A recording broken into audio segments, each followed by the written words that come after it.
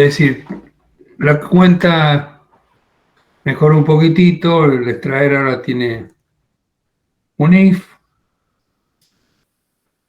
sigue teniendo saldo en la línea 11 igual a 0, y acá se ejecuta, así que esto no es nada nuevo con respecto a lo que estuvimos viendo. Y acá explica todo lo que se cuenta, y acá está ya muy orientado el diagrama al concepto de constructor.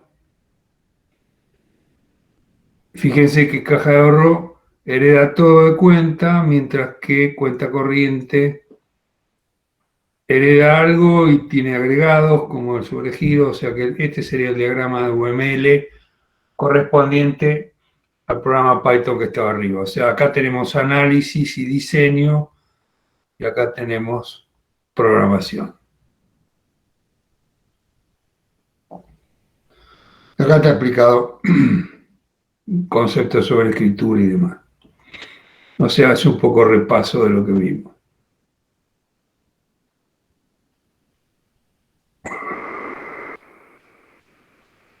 Bueno.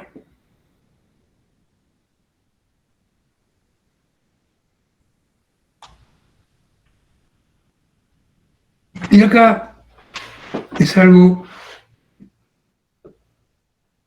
que no vimos,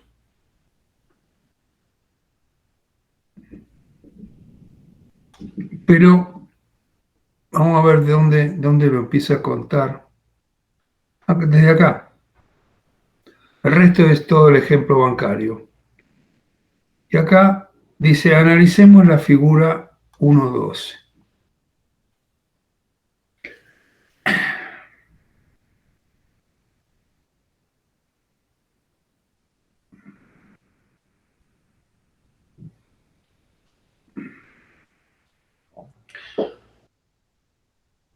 Tenemos una clase declarada en la línea 1 y línea 2 de este código. Es la clase empleado, employee para ser más exacto, vacía, porque le ponemos un pass.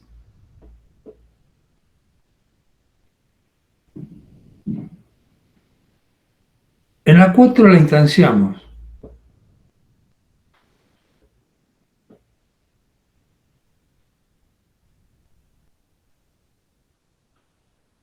Y en el comentario de la 4, de donde está sacado este ejemplo, dice, estamos creando un récord de los empleados vacío.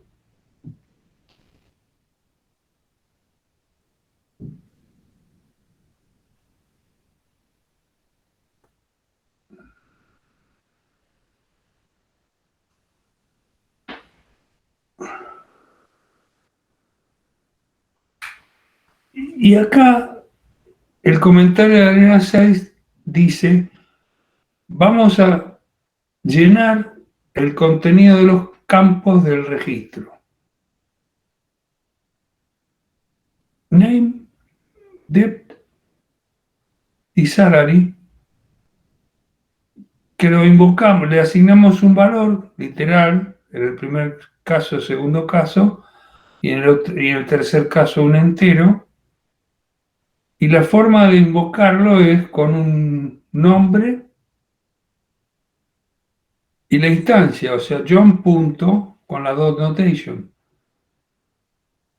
Y después imprimimos John, vamos a ver qué saca, imprimimos el nombre que trabaja en, imprimimos el departamento, imprimimos gana pesos y el salario. Vamos a ver qué sale.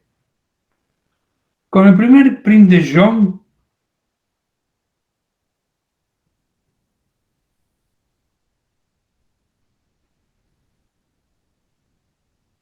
nos dice, en el módulo main, guión bajo antes, punto employee es un objeto que está en esta dirección. Es un objeto de esta clase. Esta clase está en este módulo. Y me lo dice entre menor y mayor. Y me da una dirección 0x, que quiere decir que lo que viene atrás es un número no hexadecimal, 01F21850 en hexa. Este objeto está en ese lugar de la memoria.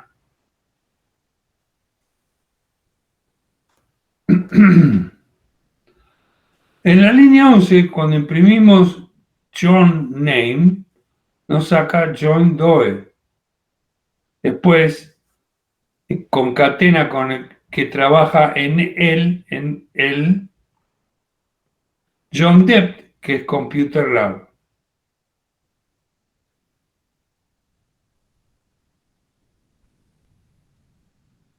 Y en el 12 dice gana pesos 1000, que son los 1000 que cargamos acá. Vamos a ver si en el texto hay algo más al respecto. Acá cuenta qué es lo que pasa.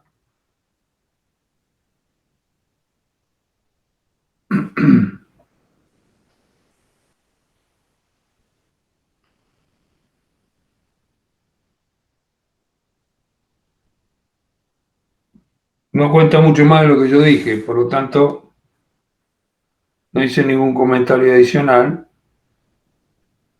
Pero lo que a mí me gustaría ver, si en este ejemplo o en los sucesivos que pudiera aparecer sobre el tema, ¿quiénes son estas name, debt, salary para la clase employees?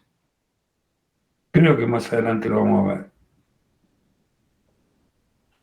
Porque acá empezamos con un concepto de variables privadas.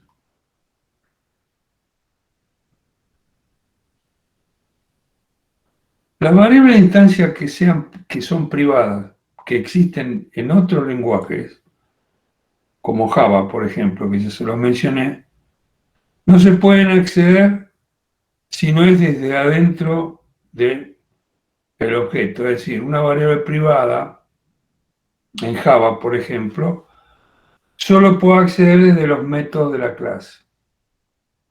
El concepto de variables de instancia privadas en Python no existe.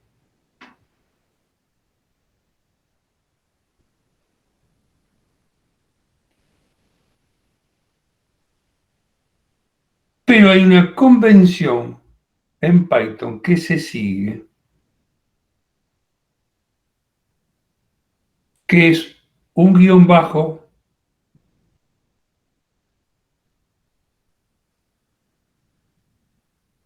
y después la palabrita spam.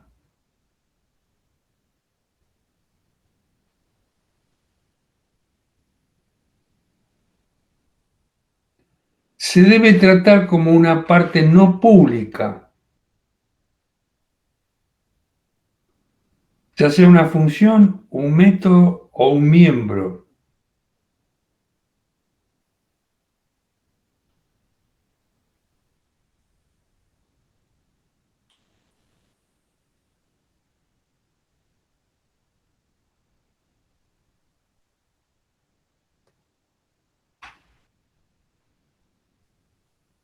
Debe considerarse un detalle de implementación y sujeto a cambios sin previo aviso. Por eso que es una convención. Dado que existe un caso de uso válido para los miembros de clase privada, es decir, para evitar choques de nombres con nombres definidos. Acá hay un D otra vez. Está de más.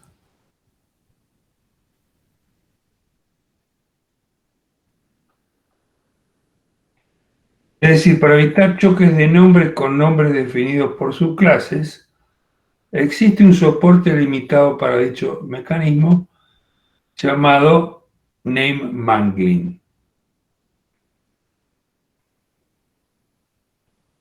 Cualquier identificador de la forma guión bajo spam con dos guiones bajos, a lo sumo un guión bajo, se reemplaza textualmente por class name -spam, donde class name es el nombre de la clase actual. Eso es la convención.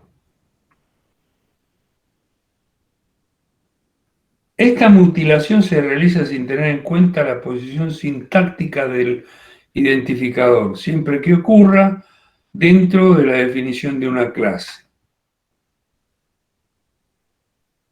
¿Esto es un jeroglífico o es un chino básico hasta ahora? Porque estamos en la parte ya avanzada de Python.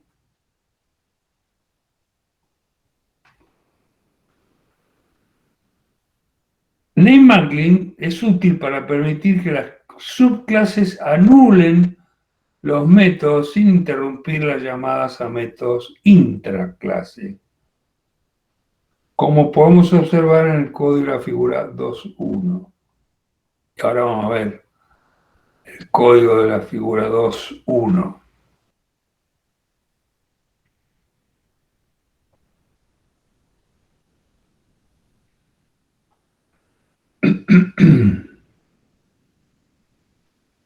Tenemos una clase que se llama mapping, definida de la línea 1 hasta la línea 8, y tenemos una subclase de mapping que se llama mapping subclass, definida desde la 9 hasta la 14. Y tenemos un módulo main que hacemos cosas.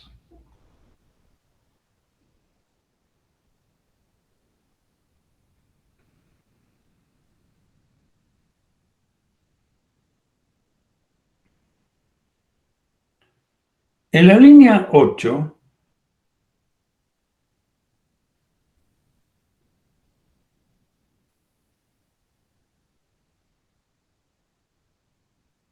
dice _update igual update. Vamos a leerlo arriba en vez de ahí. _update igual update. Y un comentario que dice private copy, copia privada, del método original update. Y acá tenemos un método que se llama update. Y este update lo ponemos acá y se lo asignamos a este _update. Si este es un método, este también es un método.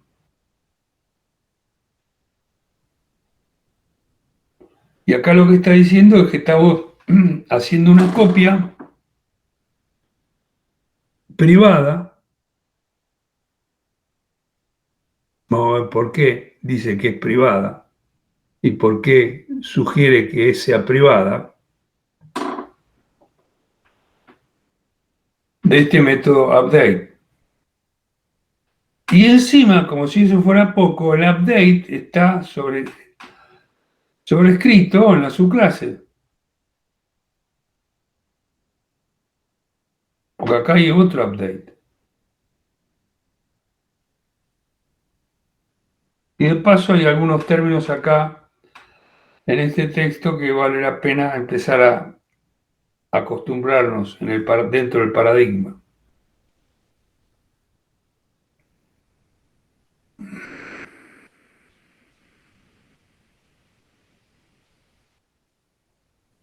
Se trata de una copia del método update de la clase base declarado como variable local. Analicemos la subclase. La clase 9 tiene un solo método. Está sobrescrito a partir del heredado. Vamos a verlo. Dijimos que estaba sobrescrito porque tiene el mismo nombre. Pero en realidad estamos sobrescribiendo, tendría que tener el mismo nombre, pero tenía que diferir en la lista de argumentos. Este tiene 2 aparte del self y este tiene 1, por lo tanto está sobrescrito. Este tiene un iterable y este tiene un kiss y un valores.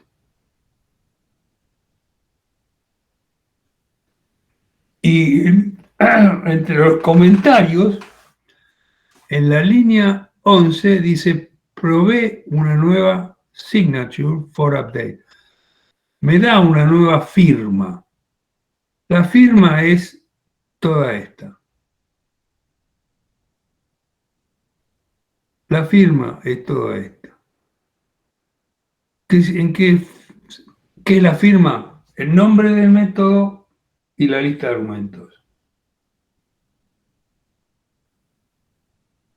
Si tiene la misma firma, no estoy sobreescribiendo. Estoy haciendo otra cosa, pero no sobreescribir.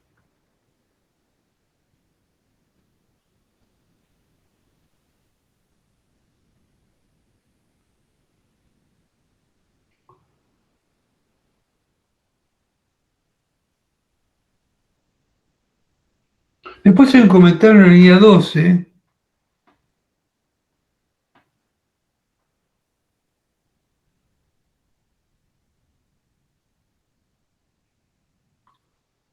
que habría que tratar de interpretar lo que quiere decir, porque dice, but that does not break. No rompe el constructor.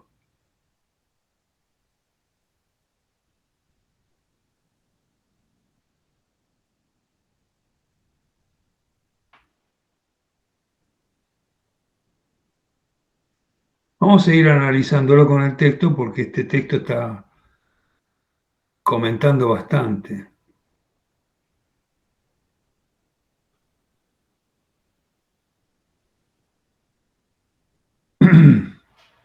Más allá de este comentario de la línea 12 que nos falta por ver, y qué es lo que hace el método entre las 13 y las 14 en el for,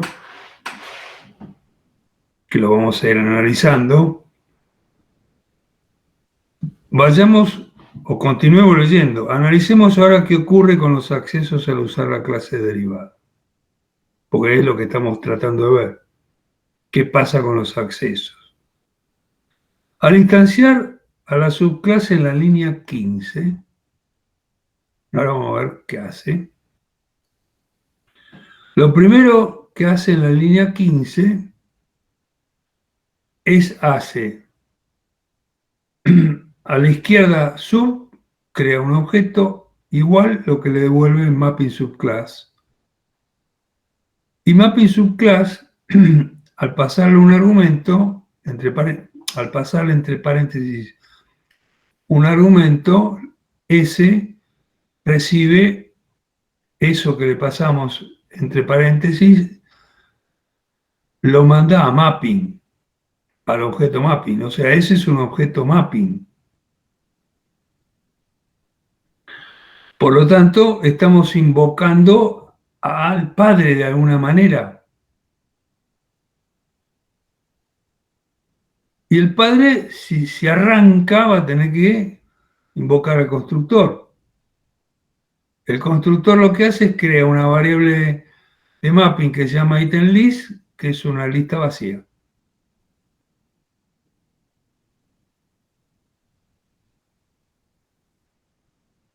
Y acá le estamos pasando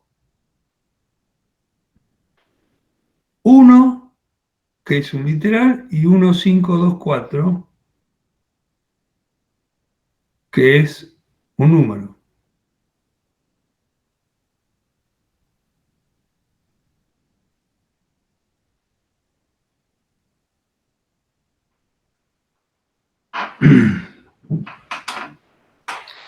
Pero el constructor invoca al guión bajo update y le pasa un iterable.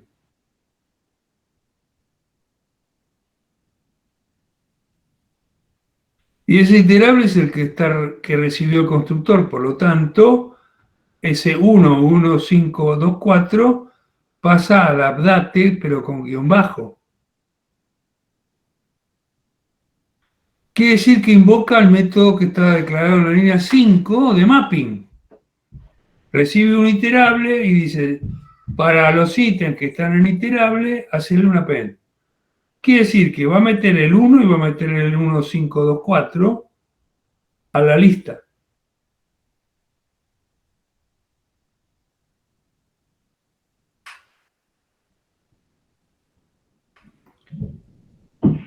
Vamos a ver qué sigue diciendo acá abajo.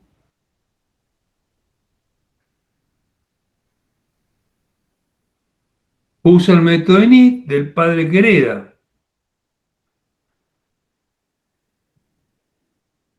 Dos elementos, 1 y 1, 5, 2, 4, está contando lo que yo vengo diciendo, y después de que esto más abreviado de lo que yo conté, viene en el código un 16 sub,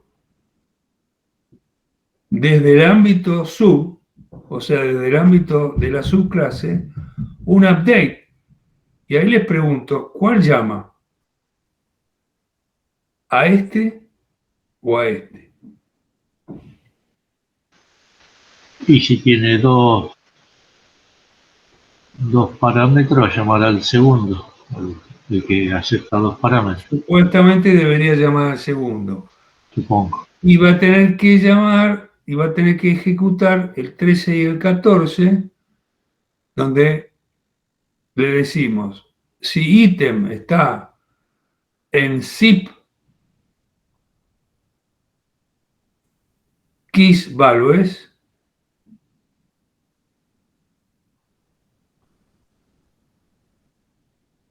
self item list append item. Es decir, tendría que agregar a la lista el 2 y el 3, pero con un zip adelante.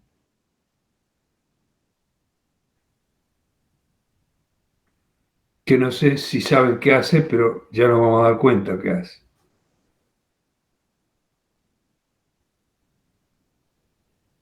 Y después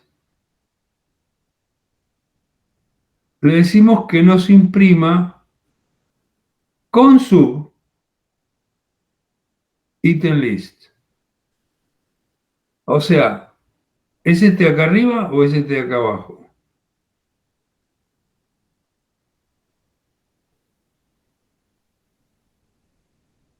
Y lo que nos saca es parte de lo que podemos llegar a ver. Porque acá nos sacó más cosas de las que nosotros suponíamos.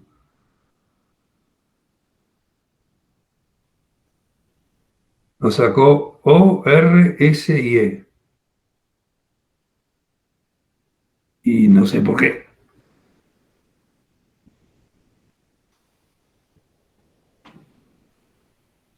Ah, sí sé por qué. Es por el SIG ese, pero no sé qué. Ok. Sí, perfecto. Ok, bien. O sea, nos quedan todavía algunas conclusiones no del todo claras. A ver si las aclara acá. Y si no, volvemos a ver, a probarla.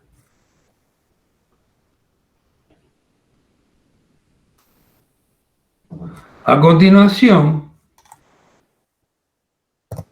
cuando se ejecuta el 16, se invoca el método sobrescrito y no el heredado. Los strings 2 y 3 pasados como argumentos los trata de la siguiente manera. Toma los dos primeros caracteres de los dos strings. Toma los primeros caracteres. De 2 toma la D, de 3 toma el 3 y arma el conjunto TT. Sigue con los otros. Sigue con los otros.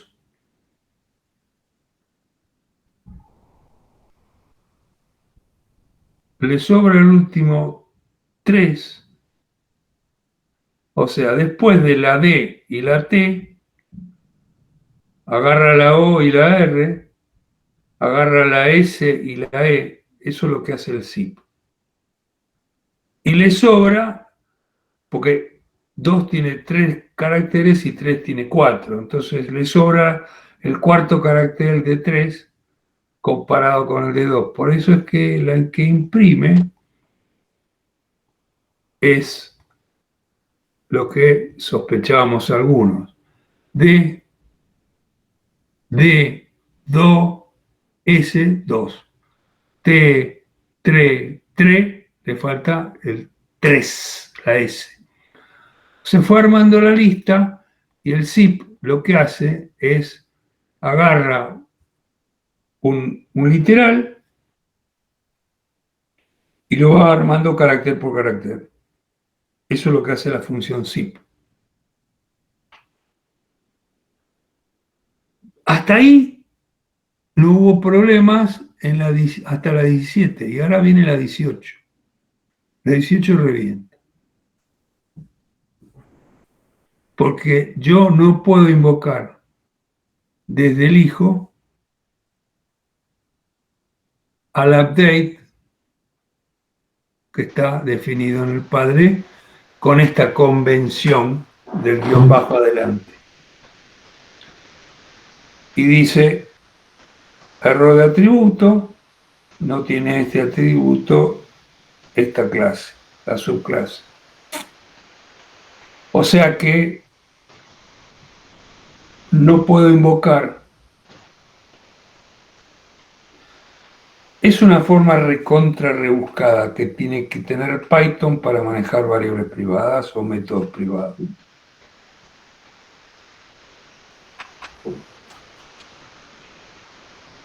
Pero bueno, es Python.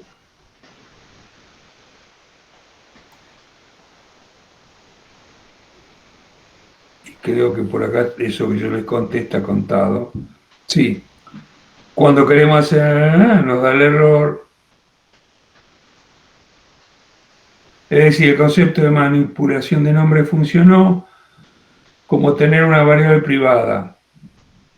La clase derivada la hereda, pero no puede acceder a ella. Tengamos en cuenta que las reglas de manipulación de nombres están diseñadas principalmente para evitar accidentes. Es posible acceder o modificar una variable que se considera privada. Esto incluso puede ser útil en circunstancias especiales.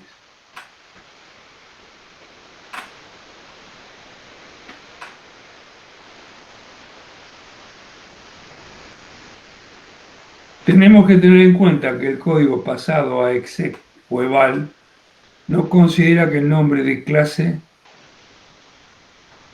la clase que invoca sea la clase actual.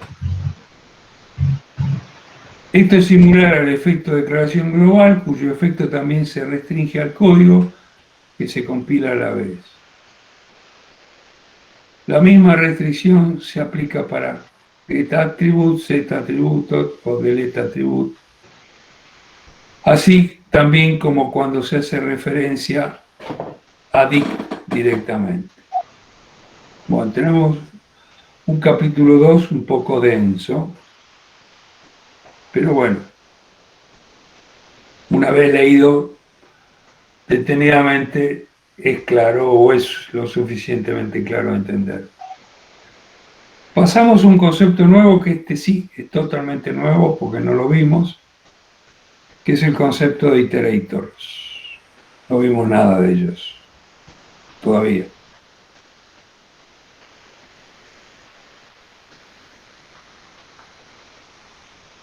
Analicemos la figura 7. ¿Cuál es la figura 7? Cualquier cosa.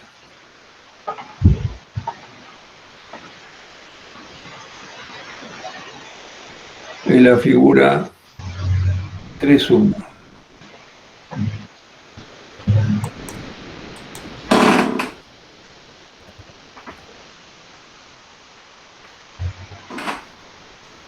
Si analizamos la figura 3.1, observamos el uso del ciclo for en varios casos. Vamos a ver.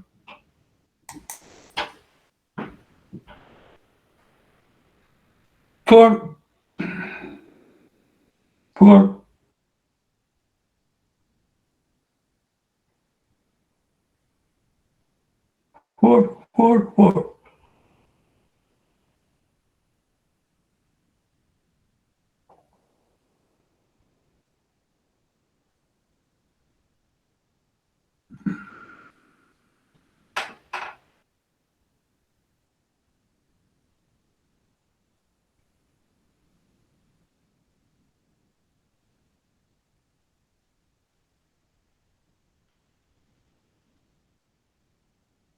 For llama iter en el objeto contenedor.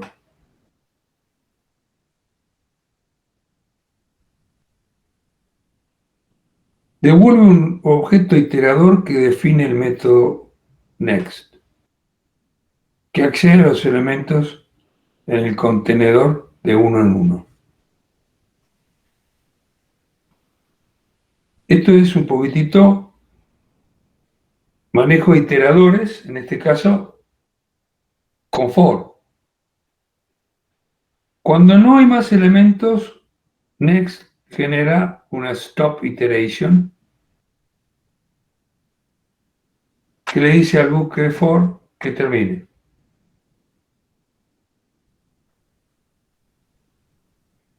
Podemos invocar al método simplemente con la función built-in next.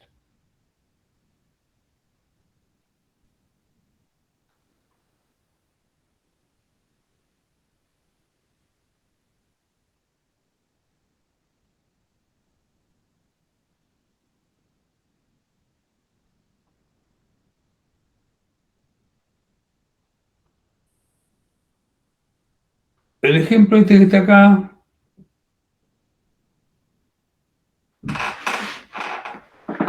no tiene mucho de raro, por eso que ni está comentado. El primero nos saca el 1, 2, 3. El segundo nos vuelve a sacar el 1, 2, 3.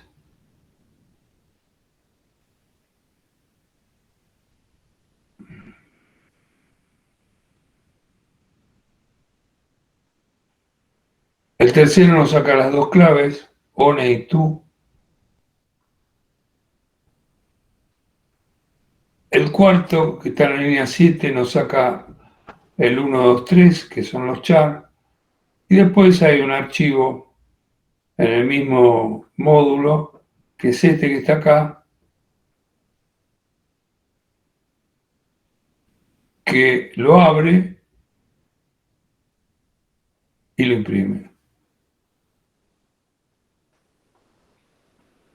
Esto sí es sabido, porque es saber el for. Lo que no es sabido es todo esto que está contado acá, o no lo sabíamos.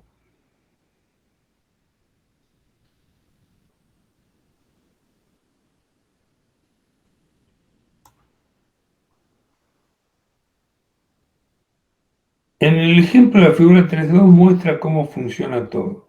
Vamos primero a verlo y después ver cómo funciona todo. En el 1 creamos un string que se llama S con las 3 primeras letras del abecedario.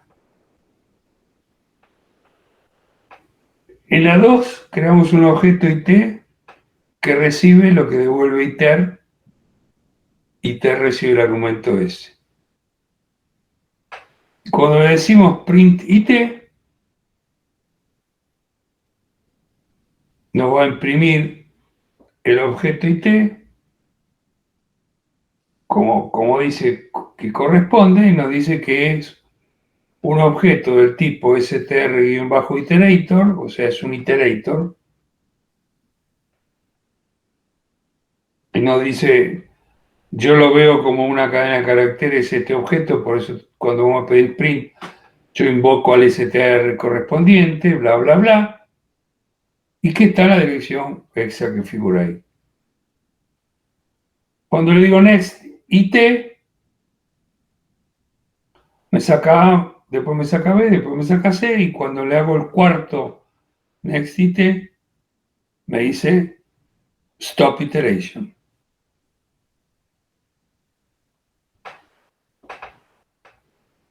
O sea, lo que contó, un poquitito más arriba el texto, con este ejemplo se ve más claro.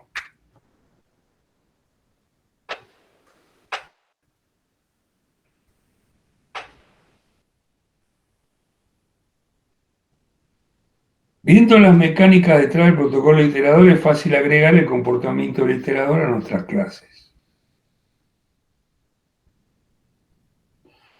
Debemos definir el método iter que devuelve un objeto del método next Si la clase define next, entonces iter solo puede devolverse como apreciamos en la figura 3.3.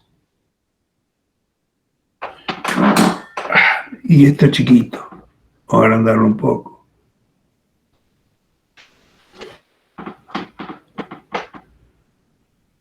Tenemos una clase que empieza en la línea 1 y termina en la 12, con un comentario que dice iterator for looping over a sequence backwards. O sea, es creado un iterador para ir para atrás, que tiene el constructor, el iter y el next. La clase se llama reverse y si funciona ya lo vemos con la salida. No se escribe spam al revés. Primero la M, después la A, después la P, después la S. Y eso lo hace con iter y con next. Y lo hace haciendo un print char en el for que arranca en la 15 y termina en la 16.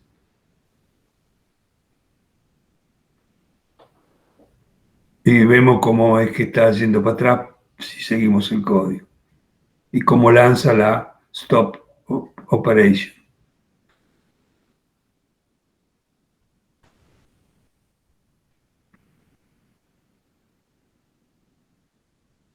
Y la stop operation acá no sale porque el que la atrapa es el for y el for es el que termina.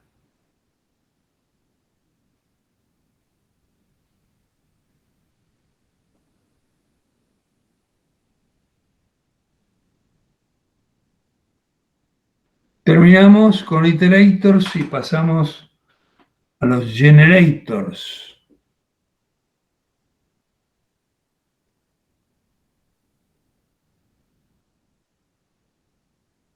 Es una herramienta para crear iteradores, los generators.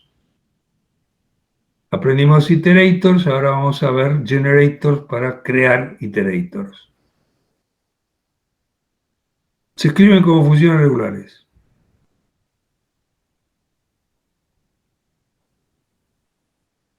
Cada vez que se llama next, el generador se reanuda donde lo dejó.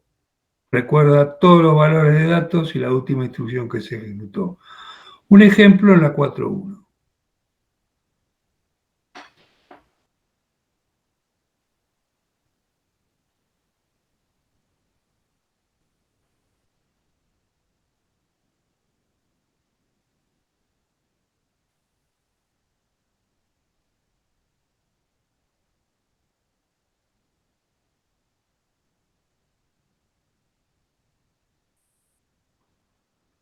Acá tengo una función en la línea 1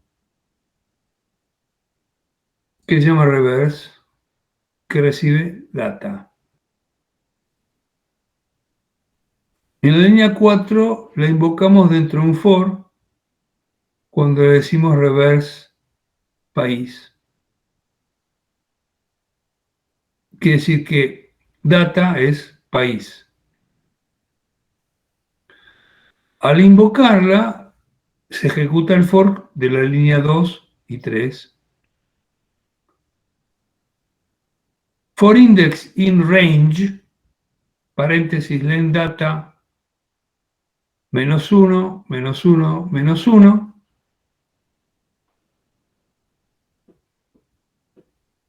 Acordarse que hacía el range.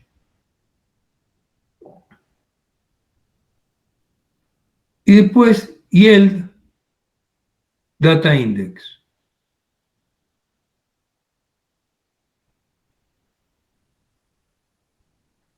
El for lo único que hace es, si de alguna manera tenemos los datos, anda imprimiéndolo carácter por carácter. Y escribe país al revés, empieza de atrás para adelante. Y eso por el range este que está acá, que ya lo vimos. Lo vimos de otra manera, pero también lo vimos de esta manera. Así que con estos valores arranca desde el final y empieza para adelante. Porque arranca desde el final, len data -1 y va para atrás.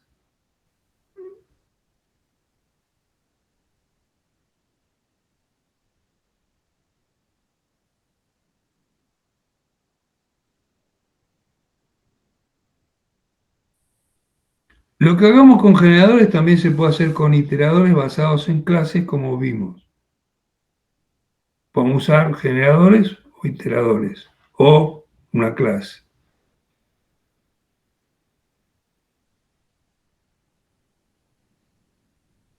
Los generadores crean iter y next.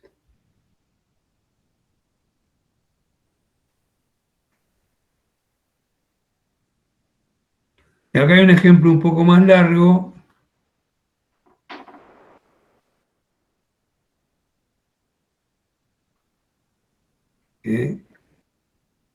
Si puedo llegar a verlo.